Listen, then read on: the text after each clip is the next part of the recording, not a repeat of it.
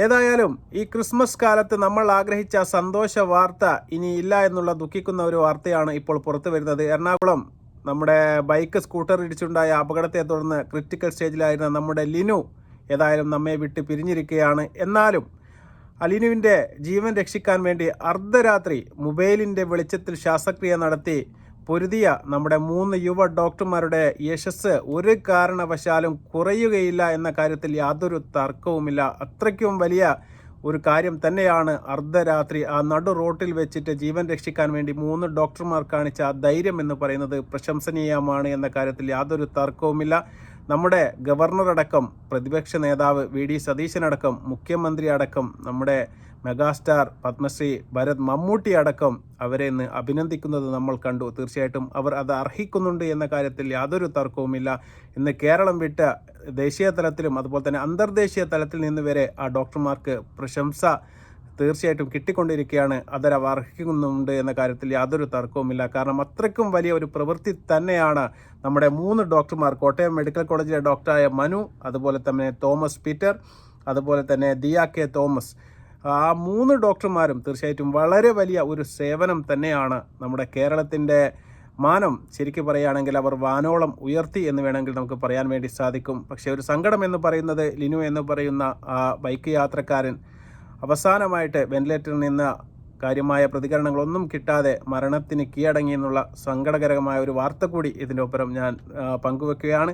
എന്നാൽ യഥാർത്ഥത്തിൽ അവിടെ നടന്നത് ശസ്ത്രക്രിയയാണോ അല്ല വേറെ എന്തെങ്കിലും ആണോ എന്നതിനെക്കുറിച്ച് തീർച്ചയായിട്ടും നമ്മുടെ തോമസ് പീറ്റർ വളരെ കാര്യമായിട്ട് തന്നെ പ്രതികരിക്കുന്നുണ്ട്. നമുക്കതൊന്ന് കാണാം. Good morning sir.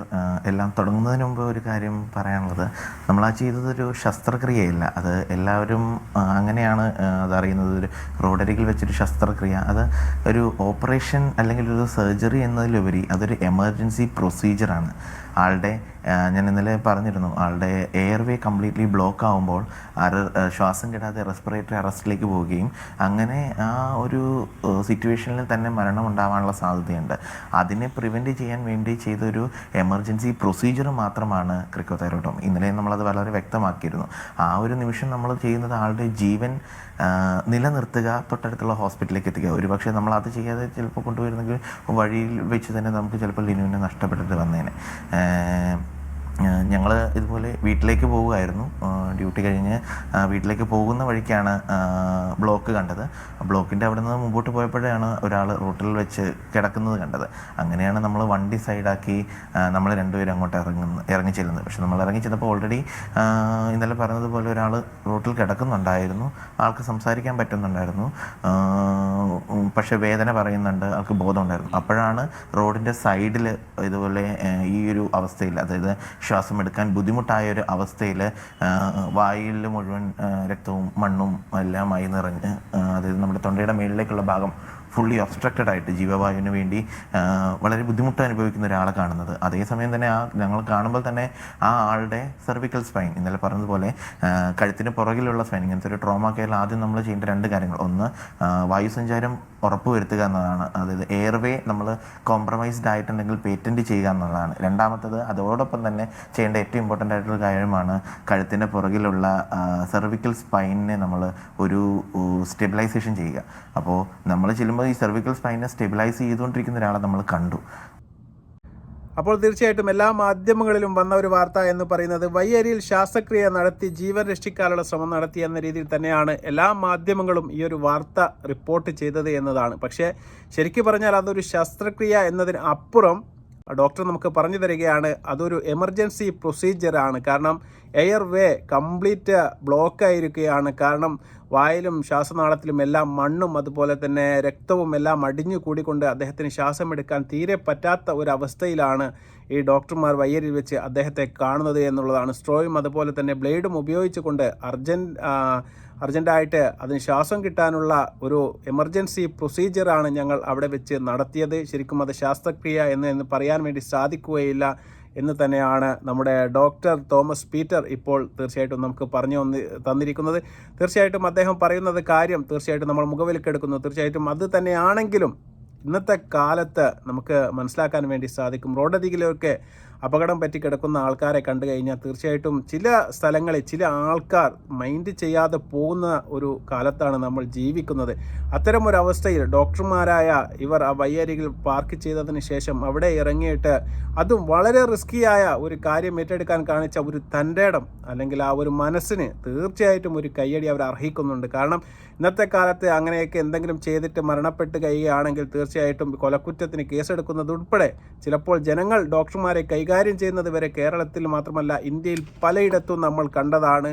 ഡോക്ടർമാരെ ജനങ്ങൾ കയറി കൈവെക്കുന്നതെല്ലാം കണ്ടതാണ്. അത്തരം ഒരു അവസ്ഥയിൽ ഇത്തരം ഒരു ധൈര്യം കാണിച്ച നമ്മുടെ മനുസാറിനും അതുപോലെ തന്നെ തോമസ് പീറ്ററിനും അതുപോലെ തന്നെ ദിയ കെ തോമസ് എന്ന് പറയുന്ന ലേഡീസ് ഡോക്ടർക്കും തീർച്ചയായിട്ടും എല്ലാവരും ഈ ഒരു കാര്യത്തിൽ കർമ്മനിരതരായി തീർച്ചയായിട്ടും ആ സമയത്ത് അർദ്ധരാത്രി തന്നെ നടു റോട്ടിൽ വെച്ചിട്ട് ആ ഒരു കർമ്മം ചെയ്യാൻ വേണ്ടി കാണിച്ച തൻ്റെ ഇടത്തിന് തീർച്ചയായിട്ടും കേരളത്തിൻ്റെ ഭാഗത്ത് നിന്നും ഒരു ബിഗ് സല്യൂട്ട് എന്ന് മാത്രമേ നമുക്ക് പറയാൻ വേണ്ടി സാധിക്കുള്ളൂ. തീർച്ചയായിട്ടും അതിനുശേഷം ഞാൻ പറഞ്ഞതുപോലെ തന്നെ വളരെ സങ്കടകരമായ ഒരു വാർത്ത നമ്മെ തേടി വന്നു. ഈ കൊല്ലം പത്തനാപുരം സ്വദേശിയായ ലിനു എന്ന് പറയുന്ന ഈ മനുഷ്യൻ അത്യന്തികമായിട്ട് ജീവിതത്തേക്ക് തിരിച്ചു വരാൻ സാധിക്കാതെ ഇപ്പോൾ മരണത്തിന് കീഴടങ്ങിയിരിക്കുകയാണ്. നമുക്ക് ആ വാർത്ത ഒന്ന് കാണാം. ജീവൻ രക്ഷിക്കാൻ റോഡരികിൽ നടത്തിയ ശസ്ത്രക്രിയ വിഫലമായി. കൊല്ലം സ്വദേശിയായ ലിനു മരണത്തിന് കീഴടങ്ങി. കഴിഞ്ഞ ഞായറാഴ്ച രാത്രിയായിരുന്നു ഉദയംപേരൂരിൽ വെച്ച് ലിനു സഞ്ചരിച്ച സ്കൂട്ടറും മറ്റൊരു ബൈക്കും തമ്മിൽ കൂട്ടിയിടിച്ചത്. ഗുരുതരമായി പരിക്കേറ്റ് റോഡിൽ പ്രാണവായു കിട്ടാതെ പിടഞ്ഞ ലിനുവിന് അവിചാരിതമായി ആ വഴിയെത്തിയ കോട്ടയം മെഡിക്കൽ കോളേജിലെ doctor Manoop, ഡോക്ടർമാരായ Thomas Peter, Didiya എന്നിവർ അടിയന്തര ചികിത്സ നൽകുകയായിരുന്നു. ശ്വാസഗതി തിരിച്ചു കിട്ടാൻ സ്ട്രോയും ബ്ലേഡും ഉപയോഗിച്ച് ശസ്ത്രക്രിയ നടത്തി. പോലീസും നാട്ടുകാരും എല്ലാ സഹായവുമായി ഒപ്പം നിന്നു. തുടർന്നാണ് എത്രയും വേഗം തൊട്ടടുത്തുള്ള വെൽകെയർ ആശുപത്രിയിലേക്ക് എത്തിച്ചത്. എറണാകുളം ഫുഡ് കമ്പനിയിലെ റീജിയണൽ മാനേജറായിരുന്നു. ഡോക്ടർമാരുടെ ജീവൻ രക്ഷിക്കാനുള്ള പരിശ്രമത്തെ ഗവർണർ ഉൾപ്പെടെയുള്ളവർ പ്രശംസിച്ചിരുന്നു.